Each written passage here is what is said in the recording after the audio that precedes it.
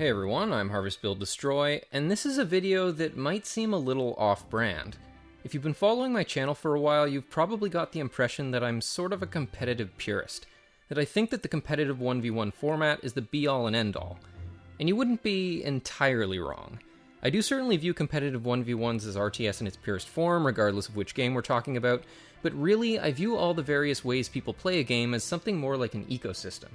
Even if it is the competitive side of RTS games that ultimately keeps me interested in them, I would still view it as a very bad thing if the various other subcommunities that make up a game's player base were to die off, because I think they all tend to feed off each other. But RTS player base as ecosystem isn't specifically what I'm going to talk about here. In this video, I want to look at some of the more casual game modes from a different angle. I actually think that some of them are pretty useful in small doses, even for the more competitive-minded player. They may not necessarily seem like it on the surface, but I think that some of them are invaluable learning tools that can teach you important skills in a relatively short period of time that would otherwise take thousands of games to learn if all you ever played was 1v1 ladder. There's obviously no substitute for grinding 1v1s at some point if you truly want to get better, but I think some of the more casual maps and game modes have more to them than most competitive-minded players would usually like to admit, my former self included. The specific examples I'm going to look at here will be based off of the games I'm most familiar with myself, Age and Craft games, but I think the basic principles should apply to most RTS games with a focus on macro. A couple of months ago, near the beginning of the whole quarantine thing, a friend of mine who suddenly found he had rather more free time than he was accustomed to, bought Starcraft Remastered and asked me for advice on how to get better at the game. The advice I gave him wasn't to hop on the 1v1 ladder. In fact, I think that would have been a terrible idea. He had played the game as a kid, but never online, so for all intents and purposes, he was an absolute beginner in terms of skill level. If he had jumped straight into 1v1 ladder, it would have taken him ages to get to the point where he was consistently being matched with players of his own skill level, if there even are Brood War 1v1 ladder players at that skill level who don't get scared away by losing 28 or 29 of their first 30 games. That's what I think would have happened if I'd told him to play 1v1 ladder. He would have lost over and over again until he felt discouraged and quit. The advice that I actually gave him was to play as much of the campaign as he found to be fun, and to focus on learning the hotkeys and experimenting with all the different units. And I really do believe that at least with most RTS games, something like this is the best advice you could give to a brand new player, even if the ultimate goal is to play competitive multiplayer. Part of the reason is of course the mere fact that playing the game obviously has to be fun. That's almost self-evident, right? If your friend isn't enjoying the game, he or she is most likely just gonna quit. But I think there's more utility in playing campaigns for a brand new player than just the fun factor. I've talked about this a bit before, but I'll repeat it briefly here since it's pretty relevant. A properly designed campaign will teach you a game's mechanics, units, and so on in a much more efficient way than you can glean from playing skirmish games. Regardless of whether it's versus a computer or another player, solo or teams, skirmish modes don't follow a script. You can make whatever units you want and expand out into the map however you please. While the occasional new player may thrive with this sort of independence, I think most need to have their hand held quite a bit more in the early stages. If left entirely to their own devices in skirmish mode right from the start, most players aren't going to develop a particularly comprehensive understanding of the capabilities of all their different units. As a result of this, their ability to judge what the appropriate counter is to a particular tech choice from their opponents is going to be lacking. And even if they stick with the game, this issue will likely persist indefinitely, at least to some degree.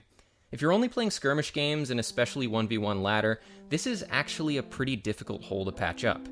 If you find yourself in this position where you have a sort of tech tree blind spot, usually it's going to consist of units that are higher up on your tech tree that are generally speaking more difficult to get into. And by difficult to get into, I mean unit compositions for which it's difficult to get to a point where you can consistently produce and make effective use of them. I think Brood War is probably the best example here, just because of how many actions are required to maintain unit production. Think about how many 1v1 ladder games you'd have to play in Brood War, starting from scratch, just to get to the point where you even have a full control group of battle cruisers. Or in Starcraft 2, how many ladder games you'd have to play to get a critical mass of Tempests or something. Probably a lot of games, and the first time you get there, you probably aren't going to know how to make effective use of your quite rare late-game unit composition. You're probably just going to lose it, and that's not likely to encourage you to try and get there again. Instead, you're likely to find that lazier, more familiar ways of playing become ingrained automatic responses to tech choices from your opponent that probably requires something more out of your comfort zone. A high-stress scenario like a 1v1 really isn't the greatest place to experiment. This has basically been my experience with Starcraft 2. I played a ton of Wings of Liberty beta, but came to the conclusion that it wasn't really my kind of RTS early after its release, and have really only ever revisited it for a couple of days at a time since. Every time I think about trying to get into it, I play a few ladder games and reach exactly the conundrum I've just described. They've added a lot of new units since Wings of Liberty, and they change quite a bit from patch to patch. Ultimately, I'm just not that familiar with what counters what at this point, so I tend to mass up bread and butter units with upgrades and hope for the best. That is, I take the lazy, familiar path and further ingrain my weaknesses into habits. I don't think playing more 1v1 ladder is necessarily the best way to fix this problem. I think there's an extremely important but rarely discussed skill set that campaigns and some of the more casual multiplayer game modes actually teach you much more efficiently than grinding ladder games, and that is the following. The ability to glance at two armies and immediately and intuitively determine which one should win in a direct confrontation with approximately equal micro. In other words, your intuitive sense of when you should and shouldn't engage. To truly get to this point, you need to understand unit interactions on a deep level, perhaps even a level that goes beyond the scope of what you can realistically expect to happen in a quote-unquote normal game. It might not be terribly realistic to expect to see a maxed army of battlecruisers go up against a maxed army of carriers in a Brood War ladder game, but it is useful to know what that would actually look like. There are, of course, a number of multiplayer game modes and maps that are relevant here, and to be fair, they're probably more relevant, but nonetheless, let's start with campaigns. The scenarios you find yourself in an RTS campaign may seem rather contrived with little relevance to realistic 1v1 scenarios, but if they are at least what I consider to be properly designed, they should offer you the opportunity to experiment with everything your units are capable of, such that by the time you finish the game's campaign, you should feel comfortably familiar with all of its features and mechanics. Again, campaigns obviously aren't the only way to become comfortable with all the game's features, but they are, I think, ideal low-stress introductions to otherwise stressful games where you have plenty of room to experiment and play around with things. To my mind, the perfect campaign leaves no mechanic unexplored. The Warcraft 3 Reign of Chaos campaigns are the gold standard here, but Starcraft 1 and Age of Mythologies campaigns are also pretty good examples of the same campaign design philosophy. It's not for no reason that Reign of Chaos' campaigns are so widely considered the greatest of all time in the genre, and that nobody really considers the Frozen Throne campaigns, which follow a very different design philosophy, to be anywhere near the same level. Over the course of Reign of Chaos' 4 campaigns, you're slowly introduced to all of the game's units, 1 or 2 at a time, and given interesting opportunities to use all of their abilities and experiment with everything they're capable of. By the time you finish the campaigns, you should feel like you understand more or less everything that each race is capable of. Not in the sense that you won't be caught off guard by certain strategies, but rather in the sense that you at least know what all of the units, buildings, and upgrades do. Essentially, I think the ideal RTS campaign is instructive in nature, a veiled 30-mission tutorial with interesting objectives and a narrative that is engaging enough that you aren't explicitly aware of the fact that that's what it is while you're playing it. I would contrast this with what I think of as bells and whistles campaigns, best typified by Starcraft 2 or Frozen Thrones campaigns. In these sorts of campaigns, you're given access to all sorts of novelty stuff that isn't in the base game, and I never find these extra goodies to be anywhere near as well designed as what you find in the base game. I mean, does anyone really finish the Frozen Throne campaigns and wish they could play as the Naga in multiplayer? It makes sense though, I think, because if the extra stuff was as well designed, the developers would probably just have included it in the base game. It's not like they're deliberately trying to make the multiplayer game worse than the campaigns or anything. I certainly understand why people enjoy these sorts of campaigns as self-contained single-player experiences while they last, especially players who are only going to play the game for a week or two anyway, but they do make the transition to multiplayer much more difficult for new players compared with instructive campaigns. I'm not saying they shouldn't exist, I just don't think that they should be the only campaign experience available in a game. I'm also very much a fan of AoE2DE's Art of War campaign, and I would love to see that sort of thing become a genre standard. But the fact that this bells and whistles type of campaign is all that you have available to you in StarCraft 2 is definitely at least a factor in why I've never felt like I understand the game's counter system and had trouble getting into the multiplayer. I have played through the Wings of Liberty and Heart of the Swarm campaigns and more than half of the Legacy of the Void campaign, but there's so much extra stuff available in them that I don't really think they helped me to understand each unit's strengths and weaknesses in the context of a multiplayer match. It's different when you have access to extra units like Dragoons and Firebats, or when units actually available in multiplayer have extra upgrades not found in the base game like the Zerg mutations in Heart of the Swarm. If the campaigns had been designed more like those in Reign of Chaos, I suspect that I would have ended up playing a lot more StarCraft 2 multiplayer than I have over the years. And as an aside, although I have extremely minimal experience with it, what I've played of the game's co-op mode gave me a similar impression to the campaigns. Anyway, campaign design rant over. The point is, campaigns that are designed with a more veiled instruction-oriented philosophy can accelerate a brand new player's ability to learn a game's mechanics in a way that is difficult to replicate with other game modes, especially skirmish. I think that such a campaign is actually a meaningful tool even for a player with a more competitive purist's mindset, one that has a legitimate place in how a new player should go about learning a game, at least if the player is starting completely from scratch. But campaigns are, of course, not the only example of this, and probably not even the best example. There's a type of multiplayer map or game mode that seems to exist in just about every macro-oriented RTS game that I think has a certain overlooked instructive utility. In Brood War, this map type takes the form of so-called money maps like Fastest Possible or Big Game Hunters. In AoE 3 it's Treaty Mode, in AoM it was Jotunheim, and in AoE 2 it's Black Forest or Mickey, Michi, Mishi, however you pronounce it. Basically, whenever a macro-style RTS game's community reaches a certain size, there arises a subset of players who want to play easily defensible maps where the resources never run out, usually with an arbitrary no-rush rule of 30 minutes or more. Now, admittedly, these sorts of maps, and especially the no-rush rules, bore the shit out of me. They take everything I consider to be interesting about RTS and throw it in the fucking toilet. I always veto Black Forest and Highland on the AoE 2 DE ladder when they're in the pool, and back in the beta when you didn't have any vetoes, if I got Black Forest for a 1v1 I would just Alt F4. Particularly in Age games, the architecture of these sorts of maps all but guarantees that the game will reach what I consider to be the absolute worst part of Age games, the post-Imperial meat grinder stage of the game.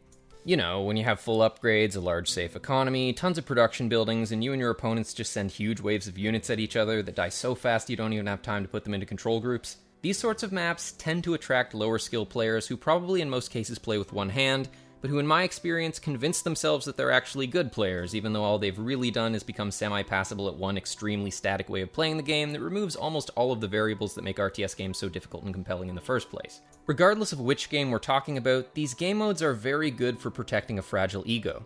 I don't think it's a coincidence that these players almost exclusively play 4v4. But despite my instinctive distaste for these maps and game modes, I must admit that they are actually pretty useful for teaching you things about a game in a very short period of time that would otherwise take hundreds or even thousands of games to learn organically just by playing ladder. It's sort of like I said before. You may never actually get a maxed out battlecruiser or siege onager army in a normal ladder game, but understanding the absolute extremes of what all your different units are capable of is definitely going to help you develop game sense. What happens when 100 Ghosts go up against 25 Ultralisks, or when 100 Frankish Paladins go up against 100 Khmer Scorpions? Even if you're never actually going to attempt anything like this in a ladder game, knowing why you shouldn't is probably worth knowing, and will help you to develop that intuitive sense of which out of two armies should win at a glance. I also suspect that being more familiar with these sorts of fringe scenarios can help you to come up with more creative counters to things you face in game that might be more likely to catch your opponents off guard. You get more of an opportunity to try these sorts of unrealistic mega army clashes in one single team game on these types of maps than you will in 100 1v1 ladder games easily. So especially if you're a newer player to whatever macro-oriented RTS game you happen to play, you might want to consider dabbling in these game modes, at least for a short period of time, to expand your knowledge of your game's counter system and hopefully start to close the gap between you and the players who've been playing for years. If that doesn't sound overly enticing, think of them less as games and more as experiments. I tend to think of this form of experimentation as being similar to studying endgames in chess. And if you don't know what a chess endgame is, it's basically chess's version of the super late game, where all that's left on the board are kings, pawns, and one or two other pieces for each player. Sometimes in chess, what you're supposed to do to win a particular endgame is very specific and non-intuitive. Sometimes, in order to gain an advantage, you have to sacrifice a valuable piece like a rook in a way that can seem suicidal if you don't understand the bigger picture of what you're supposed to do to win that endgame.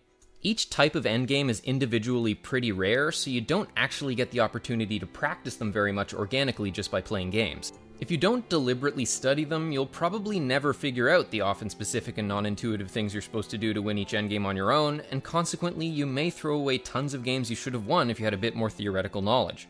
Similarly, getting to the super late game in a standard 1v1 ladder match in an RTS game only happens a small percentage of the time, and if you're not familiar with the fringes of what your units are capable of, you might just be wasting the rare opportunity to practice things that are actually effective because you're so unaccustomed to games reaching this point that you don't really know what to do.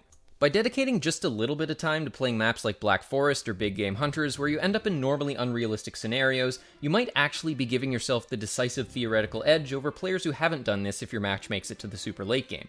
Of course, to be fair, there is always the added factor of real-time execution in RTS that doesn't exist in chess, so often enough a player executing a suboptimal strategy more optimally can defeat a player executing a more optimal strategy less optimally. But well, to that I say, welcome to the messy, convoluted world of RTS. Of course, money maps, Black Forest, and so on aren't the only game modes that can help you to fast-track your development of game sense and unit interactions. I think the same could be said for certain custom maps or scenarios or whatever you want to call them, particularly the ones that make exclusive use of units found in the base game. In AoE 2, back in the MSN Gaming Zone days, I learned a ton about the game's counter system from playing Castle Blood. If you've never played it, Castle Blood is a custom scenario, almost always played in 4v4, where you spawn with infinite resources and a number of castles, but without any villagers. There are different versions of the scenario with different rules and settings, but the goal is always to destroy your opponent's castles. After a certain number of kills or building raises, you'll receive some kind of reward like aging up or a villager.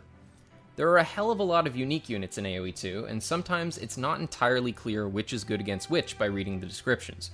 Though they may seem relatively mindless and to require minimal skill, Castle Blood scenarios are an excellent way to learn how different unique units counter each other in a minuscule fraction of the time it would take for an even remotely comparable scenario to arise in standard play. With so many other factors removed, you could also argue that they provide pretty decent opportunities to practice basic micro techniques like stutter stepping, dodging arrows, and so on. While Castle Blood in AoE 2 is the most salient example for me, I'm sure some of you will be able to think of other examples of custom maps in various games that provide similar opportunities to practice very specific skills that you don't often get the opportunity to practice in standard play. I think we could say something similar about larger team games, especially in age games and particularly AoE 2, where the higher defender's advantage makes it harder to completely eliminate a player from the game. Larger team games tend to go longer and involve a more exhaustive exploration of your civilization's tech tree. You're far more likely to be exposed to the extremes of what can happen in the context of a quote-unquote normal game when there are 8 players than when there are only 2. I think we've all had those games where one player's base gets steamrolled early on and he has to completely rebuild with just a handful of villagers. Sometimes that player actually becomes a legitimate threat again a half an hour later, especially if his allies sling him so he can boom his way back. I've always felt that these crazy slugfests can really force you to play in more creative ways, and teach you things that are hard to have the opportunity to learn just by playing 1v1s. They're much better places to experiment, since you have allies to bail you out if your non-traditional unit composition doesn't work so well. I also think they're a great way to familiarize yourself with all the different civs' tech trees. Fighting multiple opponents of different civilizations over a longer period of time, you're eventually going to end up using most of your tech tree, if not all, if the game goes long enough, and in my experience, these longer, more memorable games tend to cement tech tree knowledge into your mind. Similarly, having to think about how to best combine the strengths and weaknesses of your team civs against the opposing teams is also a great way to deepen your understanding of the tech trees, and all this will help your 1v1 game too. As an aside, though I have relatively minimal experience with it myself, I think we can give an honorable mention to deathmatch here, even 1v1 deathmatch. By starting with the full tech tree unlocked and removing normal resource constraints, you get the chance to see each civ in full bloom straight away, and there's definitely something to be learned from this, even if you find deathmatch to be pretty blah. But returning to standard team games, I also think that some of the more fringe maps that are more popular in team play, such as Nomad, Budapest, Mega Random, Hybrid and Water maps, or even Arena, tend to disproportionately put us into more unique scenarios that can fast-track our development of game knowledge. When you throw out the rulebook, you have no choice but to stress test your own assumptions. I think this is also true for 1v1 games on these sorts of maps, but the longer, more chaotic, and less stressful nature of team games probably makes it even more true for them. I know I've learned a lot about tech trees and unit counters myself by playing arena games on the DE ladder. I think Arena is a really interesting map that forces you to focus on a specific side of your tech tree that isn't as relevant on most other maps. Aside from Black Forest, I can't think of another scenario where Siege Onager would be my first priority in the Imperial Age, or another scenario where I'd be massing scouts in the Castle Age that have zero chance of ever attacking a villager. I feel sorta similarly about Nomad and Mega Random, where you truly never get the same game twice, and where random, out-of-the-box strategies have a much better chance of working, even if only for the surprise factor. For this reason, I think they're best played in 4v4, where the inherent randomness will tend to spread out somewhat more evenly across the two teams. But whether we're talking about money maps, team games, more fringe maps, custom scenarios, or instructive campaigns, I think all this kind of stuff was always what my experience with Starcraft 2 was missing. I suppose the fact that I've never really enjoyed Starcraft 2 team games and the community's obsessive focus on esports are both relevant here too. For more on the positives and negatives of Starcraft 2's association with esports, check out Fear Dragon's video Starcraft is Esports, linked below. It touches on similar topics to what I'm discussing in this video. But when I compare my experience with Starcraft 1 and 2, I can't help but notice that these casual game modes are the major difference. I'm not really a Brood War player. I watch most of the ASL matches as they come out, and generally follow the things that Tasteless and Artosis do, but I very seldom actually play Brood War. But nonetheless, my relationship to the idea of laddering in Brood War is fundamentally different from how I think about laddering in StarCraft 2. It's true that when I play Brood War, I have a similar tendency to mass bread and butter units until I'm maxed, but this isn't because of a lack of counter-system knowledge like it is in StarCraft 2. It's just because I'm bad and forget to do things in the moment, largely due to lack of practice in an intensely mechanically difficult game. If I wanted to really get into Brood War ladder, I don't think I'd need to do anything but play lots of ladder games. I already did all the other stuff when I was a teenager. I hardly realized it at the time, but the fastest possible and custom map games I played with my friends in high school helped me to learn the ins and outs of what counters what in Brood War on a level that would take me a long time to replicate in Starcraft 2. I'm sure there are Starcraft 2 equivalents of all these map types and game modes out there, but perhaps due to my distaste for Starcraft 2 team games, which I've always found to be excessively volatile, I've never had the slightest desire to look them up. But if I ever did decide to properly get into Starcraft 2 multiplayer, these sorts of maps are probably where I'd start. Anyway, that's just about all for this video. Like most RTS enthusiasts who are more drawn to the competitive side of the games, I have definitely in the past had a tendency to poo-poo on some of the more casual RTS game modes and maps that I've discussed in this video. But over time, I've come to realize that they have their place in small doses, even if just to help fast-track your development of some of the more obscure aspects of game sense. I'm still vetoing Black Forest though. Fuck that shit. But that's all for this one. As always, thanks for watching, and remember to like, subscribe, comment, hit the bell, and all that. Also, I want to give a special shout out to two of my subscribers, Nyman AoE and Mendicant Bias, for sharing my stuff on Reddit. I am always immensely appreciative when someone shares my stuff on social media, because somehow doing it myself seems borderline scumbaggy or something. Anyway, thanks so much, and see you in the next one.